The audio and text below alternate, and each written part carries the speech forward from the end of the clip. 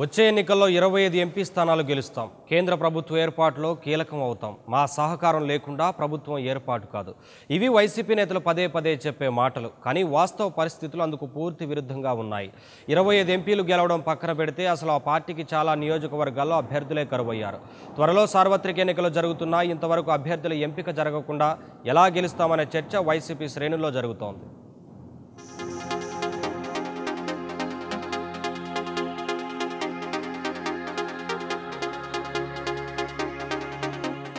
వచ్చే ఎన్నికల్లో 25 మంది ఎంపీలను గెలిపించండి, విభజన హామీలు సాధిస్తామని ఏపీ సీఎం చంద్రబాబు అంటున్నారు.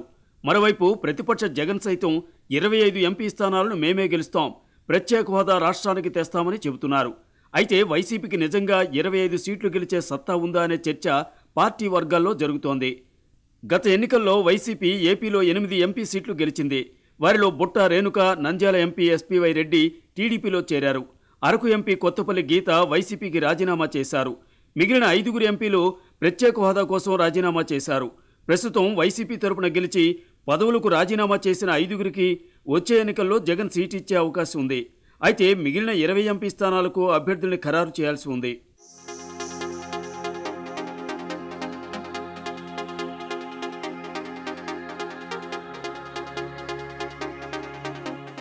ఒక్క కడప జిల్లా మినహా మరెక్కడా కూడా ఎంపీ సీట్లపై వైసీపీలో స్పష్టత లేదు. కొన్ని చోట్ల ఎంపీ నియోజకవర్గాలకు కోఆర్డినేటర్లు ప్రకటించినా చివరి వరకు ఎంతమందికి సీటు దక్కుతుందో ఇప్పుడే చెప్పలేమని పార్టీ వర్గాలు అంటున్నాయి. కర్నూలు జిల్లాలో కర్నూలు ఎంపీ సీటుతో పాటు నంద్యాలకి అభ్యర్థి ఖరారు కాలేదు. ఇక అనంతపురం నుంచి తలారి రంగయ్యకు టికెట్ ఇచ్చే అవకాశం ఉందని చెబుతున్నా ఇంకా స్పష్టత లేదు.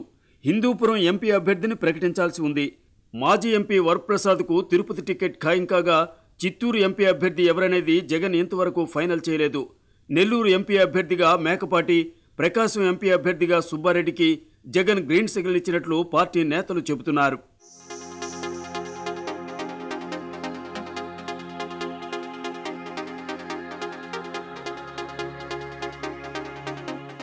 రాజధాని జిల్లా అయిన గుంటూరు అభ్యర్థిగా కిలారి రోసయ్య, నరసరావుపేట అభ్యర్థిగా లావు శ్రీకృష్ణదేవరాయలు ఖరారైనప్పటికీ ఈ నియోజకవర్గాల్లో చివరి నిమిషంలో అభ్యర్థులు మారే ఛాన్స్ ఉందని పార్టీలో ప్రచారం జరుగుతోంది.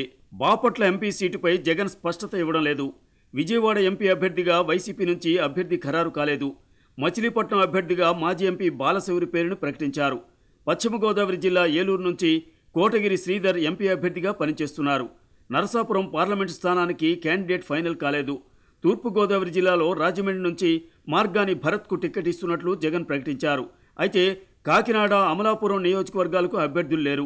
ఉత్తరాంధ్రలోని 5 ఎంపీ స్థానాలకు జగన్ ఇంకా అభ్యర్థులను ప్రకటించకపోవడంతో ఎవరు పోటీలో ఉంటారో తెలియడం లేదు.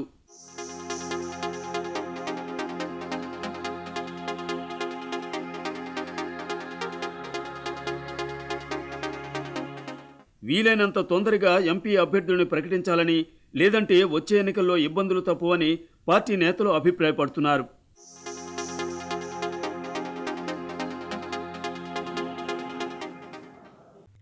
For more updates, please subscribe 99 TV Telugu.